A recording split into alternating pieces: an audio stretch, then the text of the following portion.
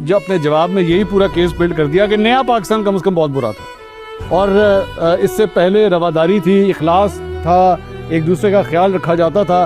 نئے پاکستان نے ہم سے سب کچھ چھین لیا. بسم اللہ الرحمن الرحیم. ایاک نعبد و ایاک نستعین. جہاں بات ہے ہوئی پرانا پاکستان، نیا پاکستان، قائد اعظم محمد علی جناح کا پاکستان، تو میں قائد اعظم محمد علی جناح کا پاکستان جو ہے وہ ڈھونڈ رہا ہوں. علامہ اقبال نے جو خواب دیکھا، اس خواب کی تعبیر قائد اعظم محمد علی جناح نے دی. کیا اس تعبیر کے بعد جو خواب دیکھا گیا تھا اس کو حقیقی معنوں میں پورا کیا گیا؟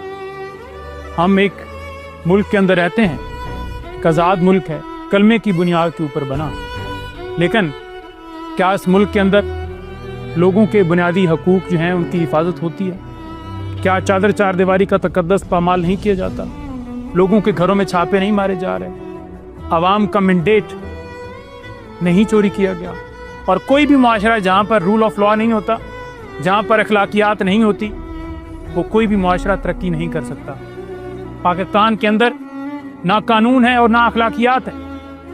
یہاں ججز خط لکھ رہے ہیں کہ ہمیں انصاف کرنے کی اجازت دی جائے. یہاں لوگ کسی کے ساتھ زیادتی ہو جاتی ہے، وہ ایف آئی آر درج کروانے کے لیے جاتا ہے تو اس کی ایف آئی آر درج نہیں ہوتی. یہاں اگر امیر ڈاکہ مارتا ہے تو اسے دوبارہ مسند کے اوپر بٹھا دیا جاتا ہے، اسے کلین چٹ دے دی جاتی ہے. یہاں ایک غریب آدمی جو چھوٹا موٹی چوری کرتا ہے 5-10 ہزار 20 ہزار کی، وہ جیلوں میں سڑتا رہتا ہے. یہ ایسا پاکستان بنا دیا گیا ہے جہاں پر غریب کی کوئی سنوائی نہیں ہے.